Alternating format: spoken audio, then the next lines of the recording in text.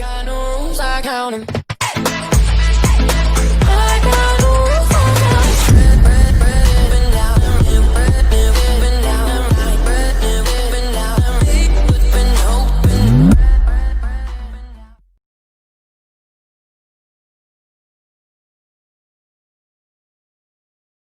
Hello बच्चों, कैसे हैं आप। आज हम पढ़ेंगे कक्षा छठी का पाठ 2 भोजन के घटक का अति महत्वपूर्ण उपविषय भोजन के मुख्य घटक एवं उनके स्रोत। बच्चों, यह उपविषय हमारी परीक्षा के लिए तो अत्यंत महत्वपूर्ण है। साथ ही इस उपविषय को पढ़ने से हमें हमारे दैनिक जीवन में भोजन के मुख्य घटकों के बारे में पता चलेगा और साथ ही उनके स्रोत के बारे में। तो इस जानकारी के लिए इस वीडियो को अंत तक देखिए, साथ ही अपने चैनल को सब्सक्राइब भी कीजिए। तो शुरू करते हैं अपना आज का पाठ, भोजन के घटक। बच्चों, हम भारत देश के बारे में जानते हैं। यह विभिन्नताओं से भरा हुआ देश है। यहाँ जितने भाग हैं वहाँ अलग अलग प्रकार के व्यंजन बनाए, पकाए और खिलाए जाते हैं। जहाँ एक थाली में बैंगन का भरता, चपाती, दाल हो सकते हैं, वहीं दूसरी में चावल, सांभर और भिंडी भी हो सकती हैं। यही नहीं, कई प्रकार के भोजन में अप्पम, मछलियाँ, सब्जियाँ भी हो सकती हैं। बच्चों, हमारे देश में विभिन्न भौगोलिक परिस्थितियों के कारण भिन्न भिन्न प्रकार का भोजन उगाया और बनाया जाता है। जितने राज्य उतने ही प्रकार का भोजन भी है। तो इन सब बातों को सुनकर आपके मन में कई प्रश्न आते होंगे, जैसे हमें कौन सा भोजन करना चाहिए, किस भोजन में कौन सा घटक होता है, क्या हमें इन सभी भोजन के घटकों की आवश्यकता होती है। तो इन्हीं प्रश्नों के लिए हम अंत तक इस वीडियो को देखेंगे। साथ ही शुरू करते हैं अपने प्रश्नों के उत्तर प्राप्त करने। जैसे विभिन्न प्रकार के खाद्य पदार्थों में क्या होता है। बच्चों, प्रत्येक व्यंजन एक या एक से अधिक प्रकार की कच्ची सामग्री से बना होता है, जो हमें पादपों या जंतुओं से मिलते हैं। और इस कच्ची सामग्री को हम क्या कहते हैं? संघटक। इन घटकों का हमारे शरीर के लिए अत्यंत महत्वपूर्ण कार्य है और यह घटक पोषक के नाम से भी जाने जाते हैं, है ना। तो अब आगे बढ़ते हैं। हमारे भोजन में मुख्य पोषक कौन कौन से होते हैं?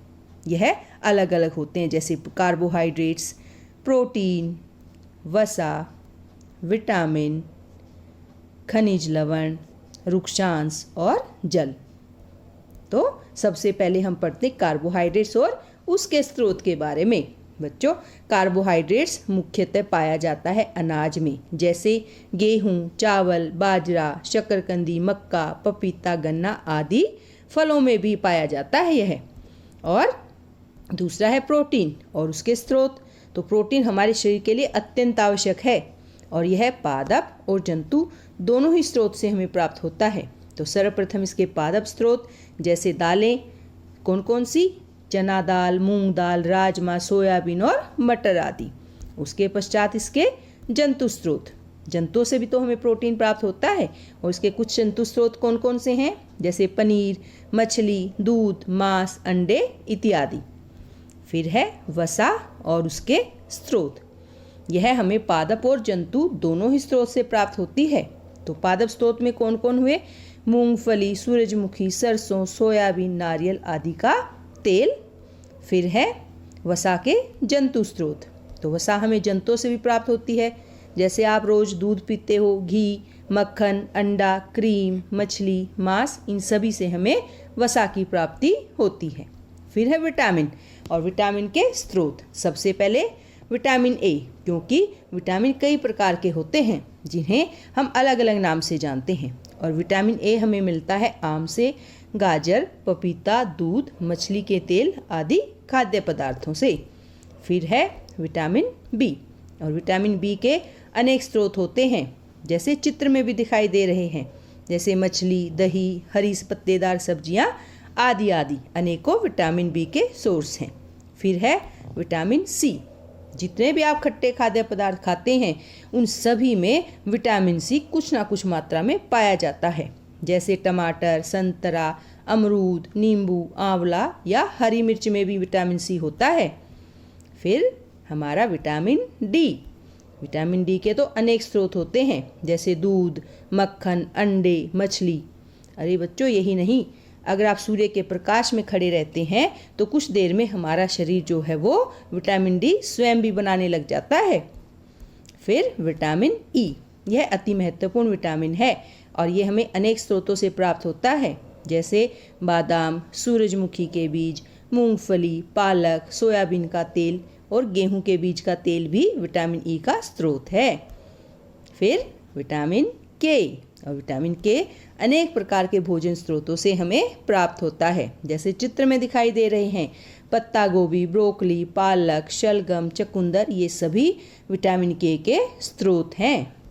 फिर खनिज लवण, और हमारे शरीर को खनिज लवण की आवश्यकता बहुत कम मात्रा में होती है, परंतु ये अति आवश्यक होते हैं।